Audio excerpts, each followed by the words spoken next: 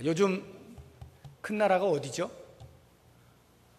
가장 큰 나라라고 할 수 있는 미국을 들 수가 있겠습니다. 그런데 요즘은 좀 미국도 많이 힘이 조금 이렇게 줄어들지 않았나 하는 생각이 들어요. 러시아가 나라가 쪼개지면서 그 힘을 많이 잃었죠. 양강 구도를 구축하고 있다가 러시아가 붕괴되면서 미국의 독주 체제에서 어느 정도 지내다가 요즘은 다시 러시아가 어느 정도 힘을 받고 있지 않나 하는 생각을 해보게 됩니다.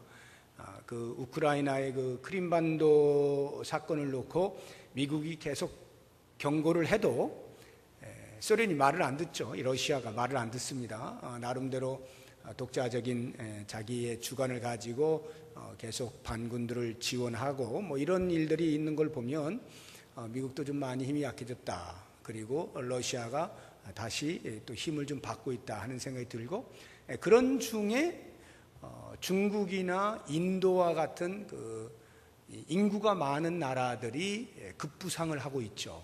그래서 많은 그 인구학자들이 머지않은 시기, 불과 한 세대 안에, 한 30년 아니면 이런 중국이나 인도가 미국이나 러시아를 앞지를 것이다 하는 예상까지 내놓고 있을 만큼 급부상을 하고 있습니다. 물론 중국 같은 경우는 이미 과거에 세계를 제패했던 그런 강대국이었습니다만 최근에 다시금 어떤 그런 여러 가지 면에서 세계 속에서 그 앞을 향해서 나가고 있지 않나 하는 생각을 해봅니다. 그런 걸 보면 기본적으로 선진국 또는 큰 나라라고 할 때 인구가 적어서는 되지가 않는 것 같아요. 최소한의 인구가 있어야 되는데 보통 학자들이 1억 이상이 돼야 선진국으로 갈 수 있는 기반이 잡힌다 이렇게 이야기하거든요. 우리 민족이 통일되면 1억 좀 이렇게 근사치로 갈 수가 있을 텐데 아직은 우리 남한 쪽으로만 해서는 1억은 아직 멀었죠.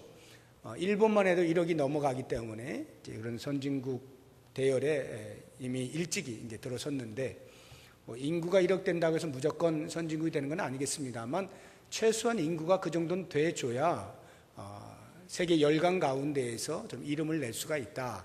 이렇게 보통 이제 보는 것입니다.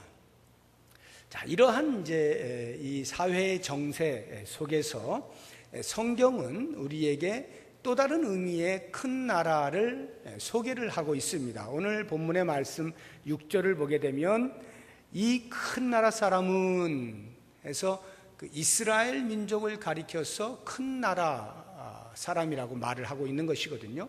이스라엘은 여러분 아시겠습니다만 지금 그 이스라엘 그 땅이 우리나라보다 작거든요.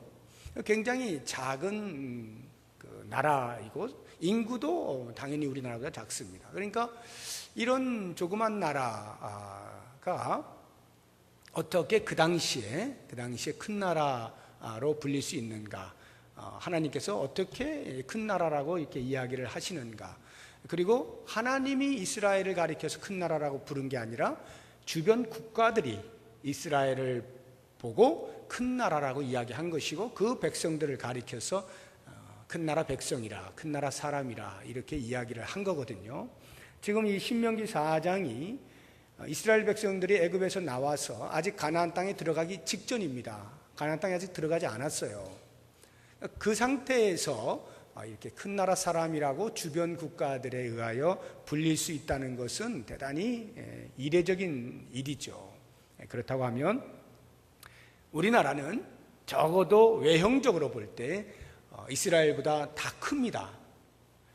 그리고 하나님을 사랑하는 어떤 그런 그 신앙의 열정에 있어서도 모르겠어요. 이스라엘 정통 그 유대교 골수분자들에게야 못 따라갈는지 몰라도 전반적으로 볼 때 우리 한국의 성도들의 그 열심은 다른 어느 나라에 못지 않거든요.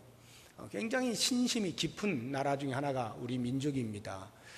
그렇게 볼 때 우리나라도 충분히 큰 나라 사람이라는 말을 들을 수 있지 않을까 이런 생각이 드는 것입니다. 그래서 오늘 이 말씀 속에서 어떻게 해서 주변 국가들에 의하여 이스라엘이 큰 나라로 불려졌는지에 대해서 말씀을 통해서 살펴보고 우리 민족도 또는 우리 개인도 또는 우리 교회 공동체가 큰 나라로 불릴 수 있으면 좋겠습니다.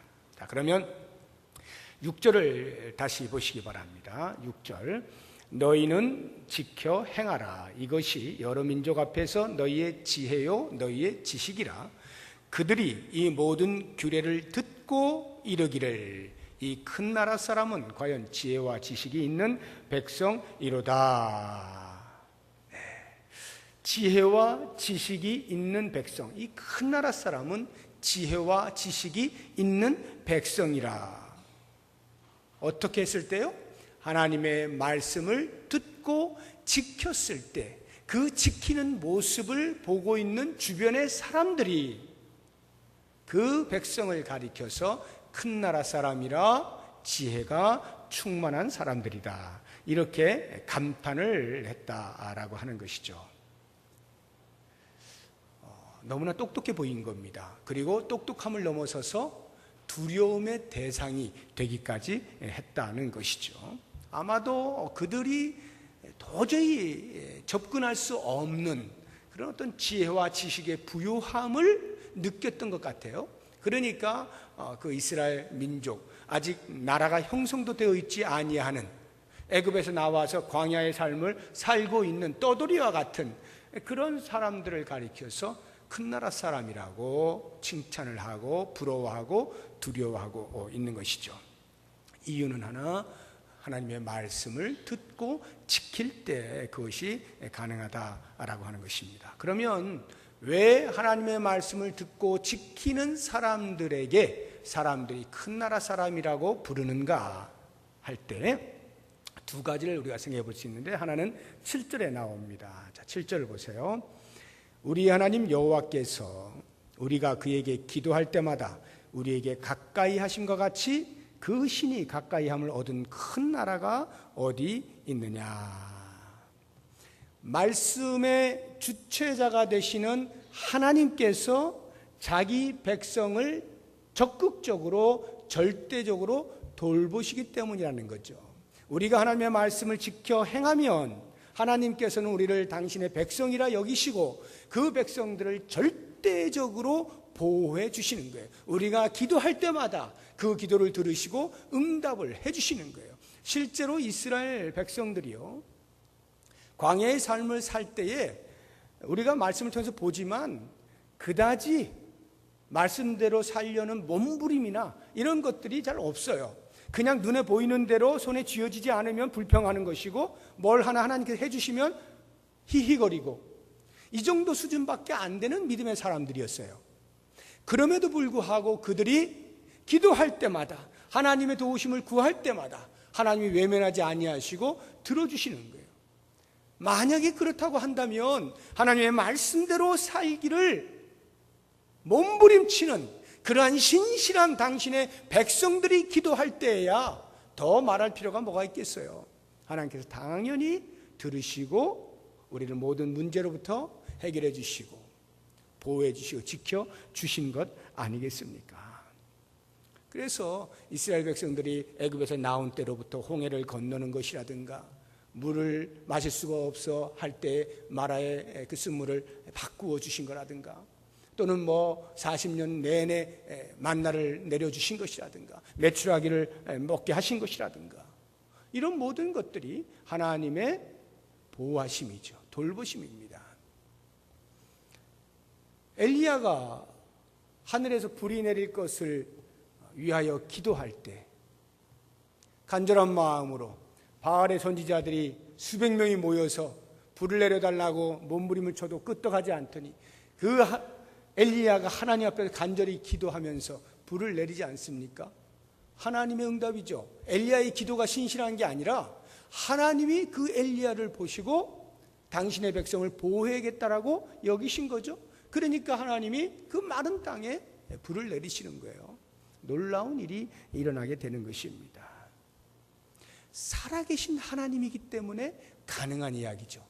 죽은 신은 아무리 인간들이 외치고 몸을 찢는 일이 있어도 반응할 수가 없는 거예요. 왜 바알과 아세라 선지자들이 춤을 추고 자기들의 몸을 찢어가면서 자해를 해가면서까지 날뛰는데도 불구하고 꿈쩍하지 않습니까? 그들이 섬기는 신이 죽었기 때문이죠. 사람이 만든 조각에 불과한 것이기 때문에 그렇죠. 그러니까 그런 신들은 우리의 기도에 응답할 수가 없는 거예요. 그런데 우리 하나님은 아브라함의 하나님이시고 이삭의 하나님이시고 야곱의 하나님 아십니까? 살아 계셔서 언제 어디에서나 당신의 백성들이 SOS를 치면 주님 살려주세요 하면 그 기도를 외면하지 아니하시고 들으시고 세밀하게 살펴 필요한 대로 채워주시는 놀라운 하나님이신 거죠. 바로 그와 같은 하나님이시기 때문에 큰 나라 사람으로 불릴 수밖에 없다 하는 거예요. 그다음에 두 번째 이유는 8절에 나옵니다. 8절 보니까 오늘 내가 너희에게 선포하는 이 율법과 같이 그 규례와 법도가 공의로운 큰 나라가 어디 있느냐. 어떻게 해서 큰 나라라고 불리게 되는가? 하나님의 말씀이 공의롭기 때문에 그래요. 그 공의로운 말씀을 우리가 듣고 지키는 민족이니까 그 민족을 큰 나라라 이렇게 말을 하는 거예요. 그렇습니다. 하나님의 말씀은 편파 판정이 없어요. 편애하는 것이 없어요. 오직 의로우셔서 그 의로움을 따라서 백성들을 치리하시는 것입니다.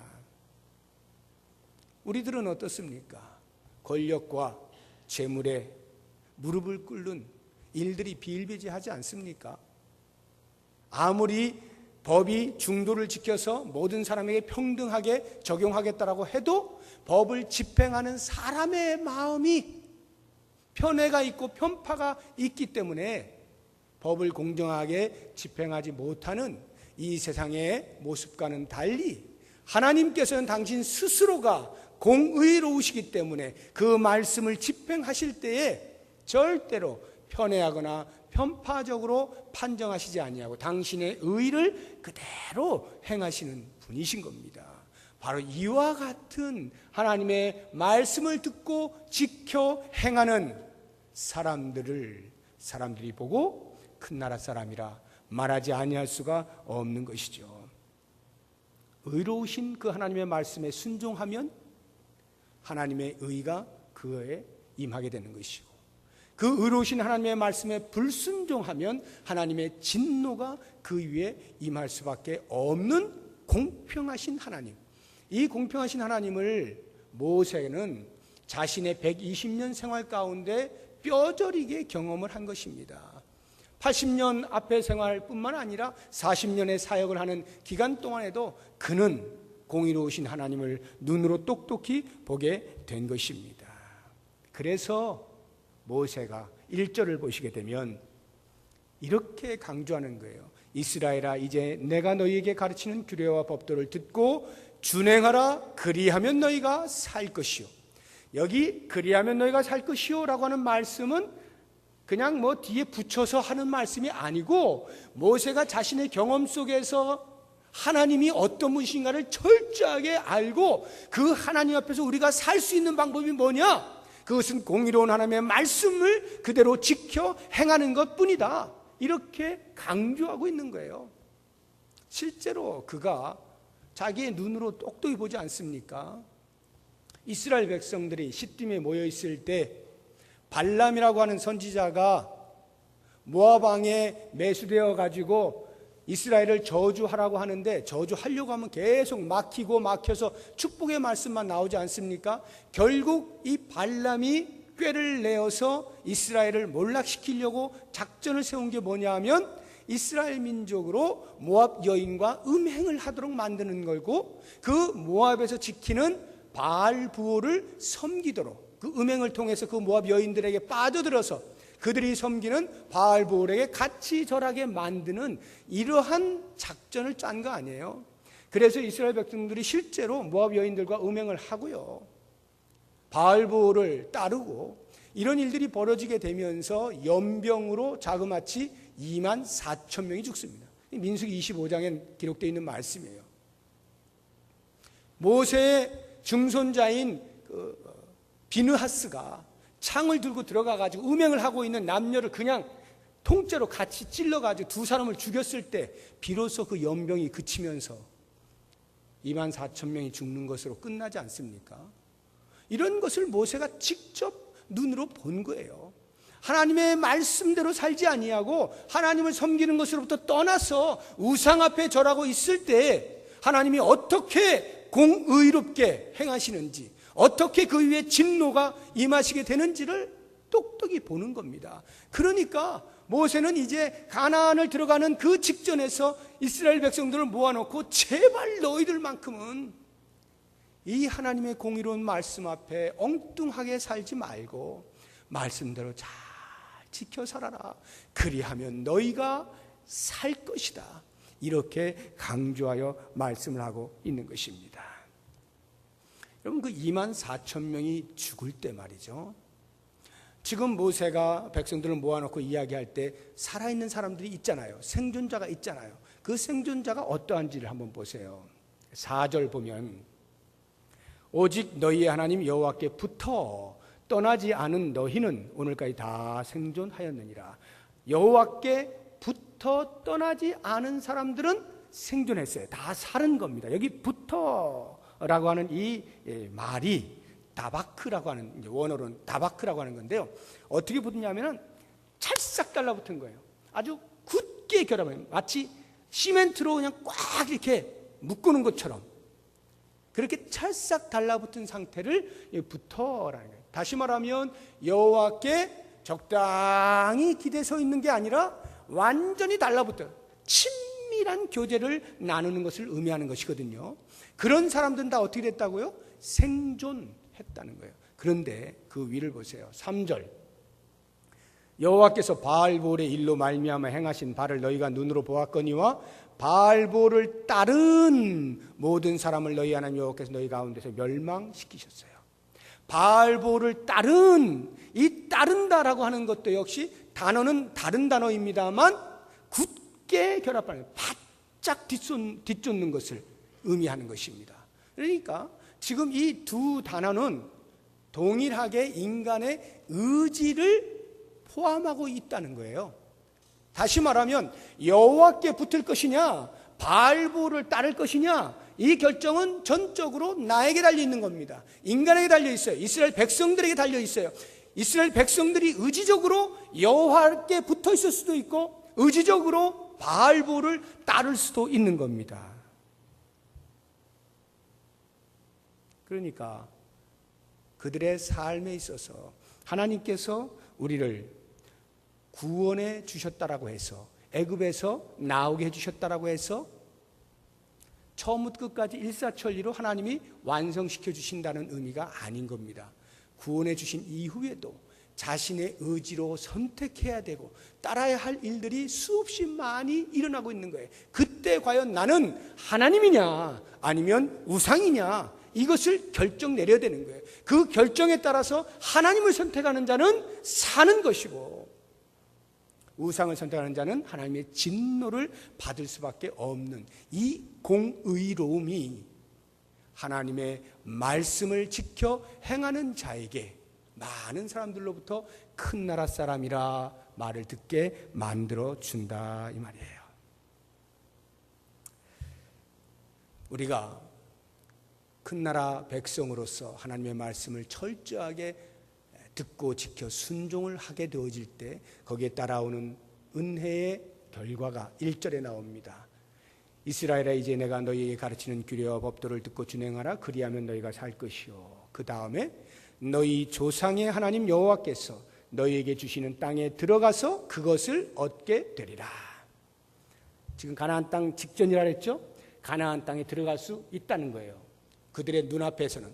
그러나 오늘날까지 우리 모든 성도들에게 말씀하시는 바는 영적인 가나안 땅, 천국을 우리로 소유할 수 있게 해주시겠다. 하나님의 말씀대로 사는 자에게 천국을 소유할 수 있게 해주겠다는 것이고요. 천국만 소유하는 것이 아니라 그 천국의 삶을 살 수 있게 만들어 주신다, 이런 의미인 것입니다. 그리고는 또 다른 복이 있는데 6절을 보시기 바랍니다. 6절에 너희는 지켜 행하라. 이것이 여러 민족 앞에서 너희의 지혜요 너희의 지식이라.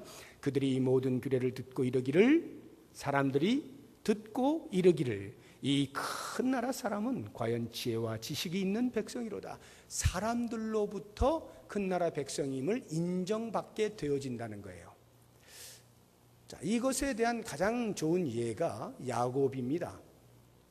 창세기 34장에 보면 야곱에게 큰 시련이 한번 닥칩니다. 그의 딸 디나가 머물고 있던 세겜 땅에서 그 세겜 추장에 의하여서 강간을 당합니다. 그런데 이 세겜 추장이 디나를 너무나 연모한 나머지 자기 아내로 맞이하려고 그래요. 그래서 자기 아버지 하몰과 함께 야곱을 찾아와서 당신 딸을 주시면 당신들이 이곳에 잘 살 수 있게 해드리겠습니다, 이렇게 말하니까 야곱이 어떻게든지 그렇게 살아야지 어쩔 도리가 없다라는 생각이 들었어요. 근데 그 오빠들이 조건을 내겁니다.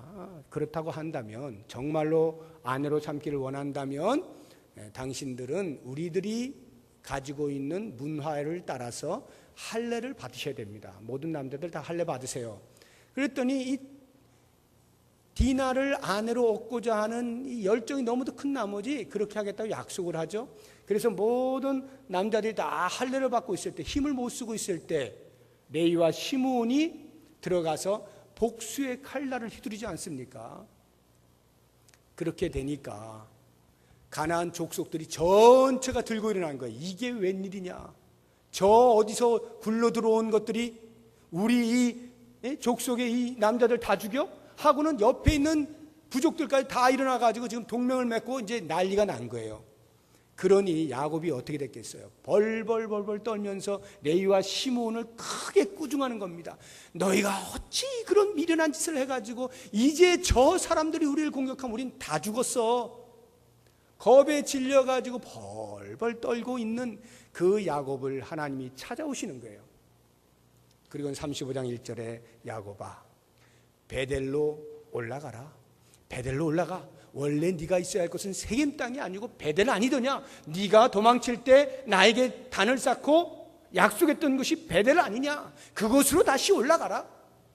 그때 야곱이 깨닫습니다. 그렇구나, 내가 세겜에 머물 것이 아니었는데 하고는 베델로 올라가기 위해서 정리를 하는데요, 다른 그 무엇보다 야곱은 자기의 집안에 있는 모든 이방 신상들을 다 꺼집어내게 하고요, 귀고리 같은 거, 이방 어떤 그 우상과 관련된 그 모든 것들 다 꺼내게 합니다. 그리고 싹 다 모아가지고 세겜 근처 상수리 나무 아래 묻어버립니다. 그리고 나서 베델로 출발을 하거든요. 하나님의 말씀에 순종하는 거예요. 하나님의 말씀을 듣고 순종하는 거예요. 우리는 하나님만을 섬기는 민족인데 어찌하여 이렇게 섞어가면서 살았던 말인가 하고는 하나님께만 온전히 경배하기로 작정하고 모든 이방 신상들을 다 땅에 묻어놓고 베델을 향하여 출발을 할 때 어떠한 다른 변화도 없었는데 놀랍게도 성경은 이렇게 이야기하는 거예요. 그들이 베델로 출발할 때 주변의 모든 부족들이 그들을 보고 두려워 감히 추격하는 자가 없더라. 무슨 일일까요?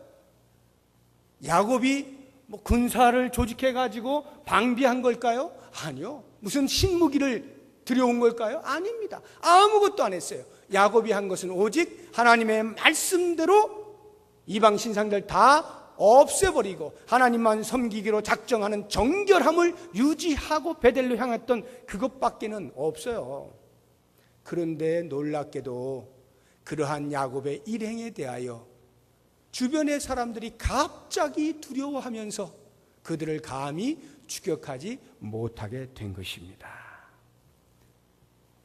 순종할 때 오는 복은요, 천국을 소유하고 천국의 삶을 경험하게 되어지는 것뿐만 아니라 이 땅을 사는 동안에도 큰 나라 사람으로 살아갈 수가 있는 거예요. 비록 그 나라는 지극히 조그마하고 그 형편이 별 볼 일 없다 할지라도 하나님의 말씀대로 살아가게 될 때 그 말씀의 능력이 보는 사람들로 하여금 지혜와 지식의 부유한 자로 보게 만드는 겁니다. 이게 놀라운 거예요. 저는 우리 민족이 큰 나라가 될 수 있는 근거가 바로 여기에 있다고 봅니다.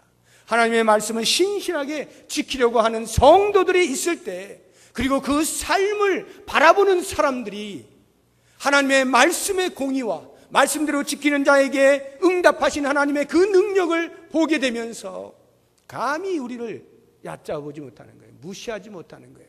그리고 큰 나라 사람이라 두려워하면서 그 하나님을 경외할 수 있게 되는 것입니다. 사랑하는 성도 여러분, 과연 나는 큰 나라 사람으로 살아가고 있는가 한번 돌아보시면서, 그것이 나라와 민족이라고 하는 어마어마한 규모의 공동체만을 의미하는 것은 아닐 것입니다. 우리 교회 공동체도 얼마든지 이 지역 사회에 대해서 큰 나라 사람이라고 하는 교회로 설 수가 있는 것이고, 한 개인의 삶에 있어서도 얼마든지 내 주변의 사람들을 향하여서 하나님의 말씀을 신실하게 지키는 삶을 통하여 그 사람들이 나를 볼 때 큰 나라 사람이라 이야기할 수가 있게 되는 것입니다. 모쪼록 원하기는 이미 우리를 큰 나라 사람으로 불러주신 하나님의 구원의 은혜를 입은 자로서 이 땅을 사는 동안에도 사람들로 하여금 하나님의 말씀을 신실하게 지켜내는 우리의 삶을 통하여 큰 나라 사람이라 칭함을 얻고, 결국에는 그들이 우리가 섬기는 그 하나님 앞에 무릎을 꿇고 하나님을 경외하는 일에 쓰임받는 우리 모두가 될 수 있기를 주님의 이름으로 축복합니다. 기도하겠습니다.